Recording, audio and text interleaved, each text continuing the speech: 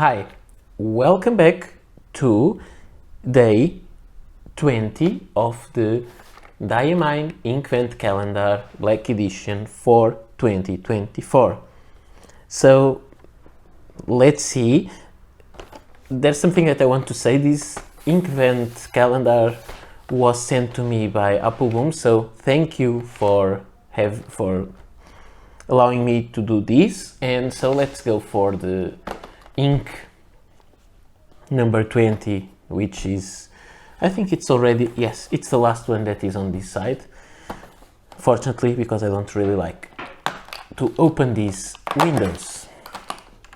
And so it's kind of a purplish, pinkish ink, which is a standard ink.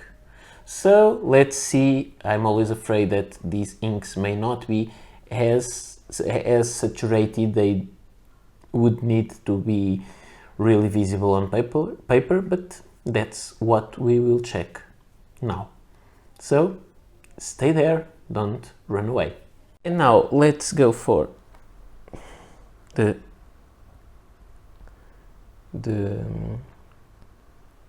swatching part of the video. It seems to be another quite liquid ink, and I'm finding a real difference between the special inks, like the ones with shimmer or with sheen. They look much they feel much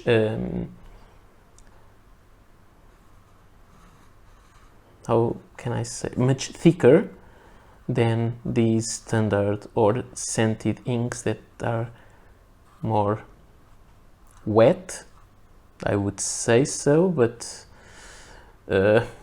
when we are talking about the behavior in the pen, it may be a little different. But if I had to bet, I would say they are, I forgot to put this little sheet to protect. So I think some of those are,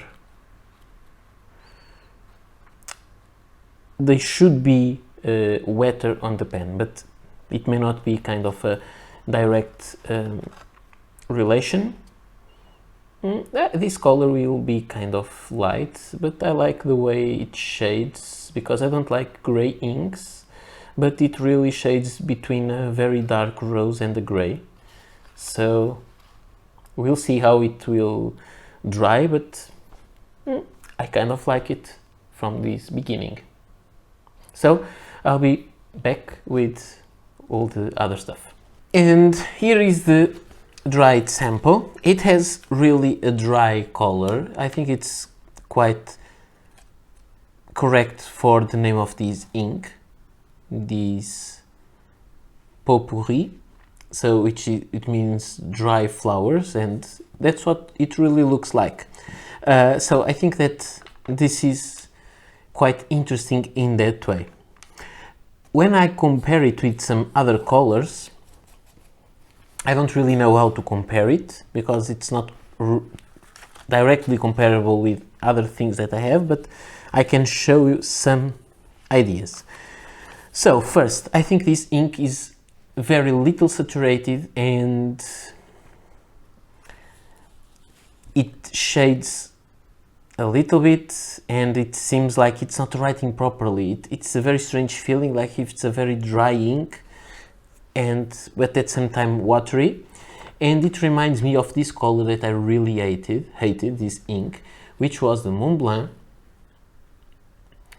Swan Illusion Plume. This ink is not made anymore. I gave this bottle away. I think this ink was just terrible, because in some places it was almost invisible, in some places it was very saturated. So this ink is not, it's not the same color, but in a way it is the same kind of behavior. Again, with some other inks, I can see there are some similarities. For example, with the Ash from 2021 calendar, with Harmony, a little bit more in color, but this color is really different. And even with Tundra from 2024, the same kind of behavior, but different color, gray, and this is kind of a very dark rose. This one is one of the most similar colors that I have, the 2024 Marley. It's darker, but it has something in common, but it's like that color with much more black in it. And also, just for comparison, the 2024 Wilted Rose, because you could think, okay, but the color is the same. No, it's not. It's completely different. This one is kind of a dark brick red color, and this is kind of dark pink with, it's very hard to describe, but this one is more red, that one is more pink, if I can say it like that. So this ink is part of these less saturated inks with lots of shading, and I don't get that kind of big satisfaction when I'm writing with it, but that's my personal opinion.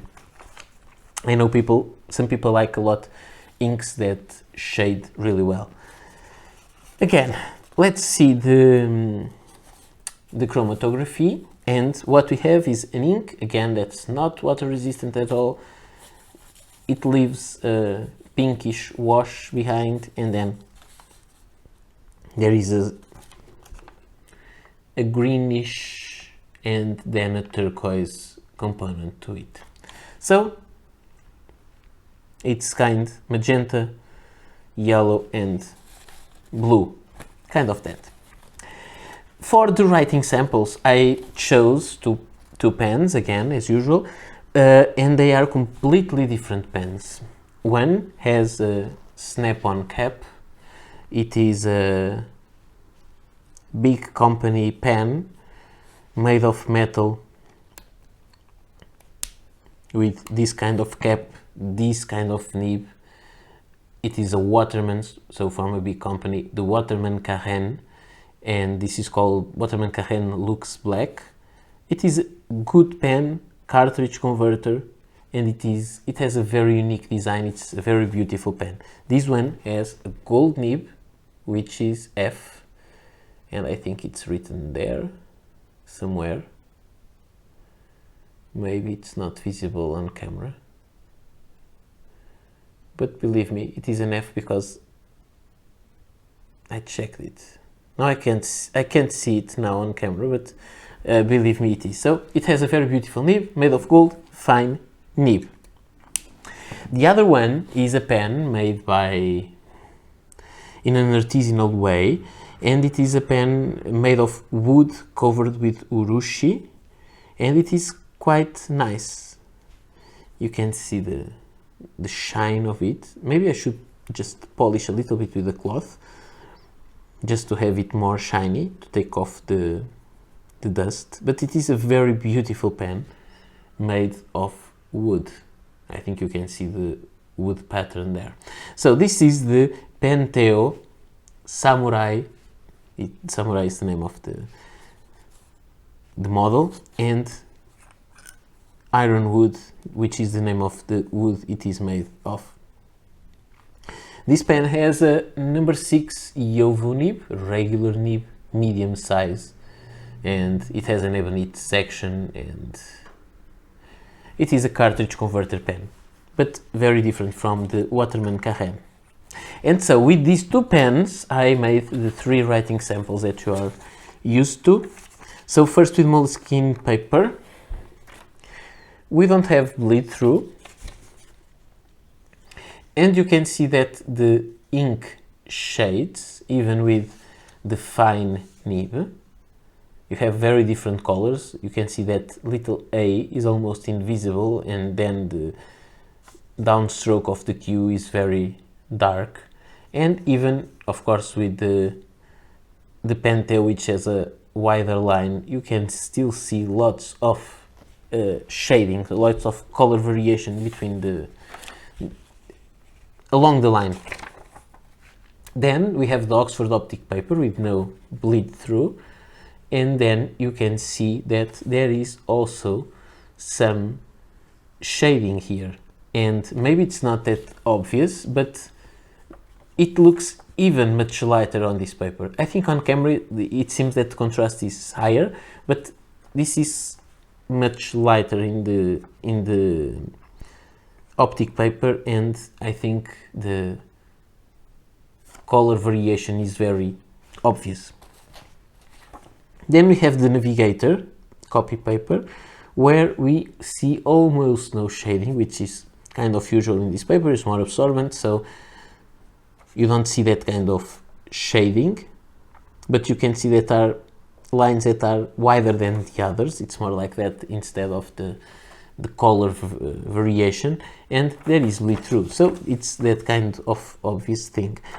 In my opinion, to write with this, it's not satisfactory because the ink flow seems very dry. It seems that ink doesn't go out on paper. It does, but that impression is given to us because it's of an ink of low saturation, and I wish this color would be quite darker than it is to be more interesting. But again, that's my opinion, as everything that I've been saying in these videos.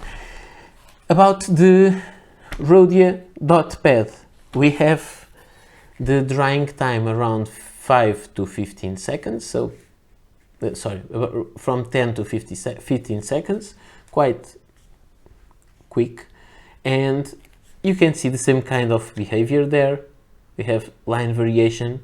Interestingly, it seems that on Rhodia paper there is always less shading than with the Oxford paper, which I think it's quite equivalent.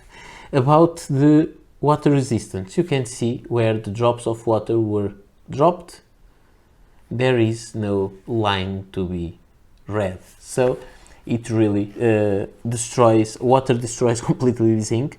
It is a water soluble ink and not water resistant at all. The color is nice. I would say it is a little bit too light for a useful utilization of this ink. So this is my opinion. It's beautiful, it's not ugly, but I think it's my less favorite ink of them all so far. So let's just write the phrases. And the quick, actually it seems so dry that it looks like the nib is a little, it is more feedbacky than it is, because it seems it makes no lubrication between the nib and the paper. The quick brown fox jumps over the lazy dog. I don't know if you can see the wetness where it shines, so there is really some amount of ink that is put on paper, but the feel that we have when we're writing is that we are writing with a dry nib. And now let's write with the Pentel and the quick brown fox jumps over the lazy dog. So line width is not that different, but I think that this nib puts more ink on paper, so the result is quite different. So here it is. I hope this was useful. I think this color is nice, but it's not for everyone, and for me it is really not one of my favorites. So this is all for today. I hope you enjoyed the video. I want to thank you all for your attention, and I want to thank Appelboom for sending me this calendar for review. So thank you so much, and see you tomorrow. Bye.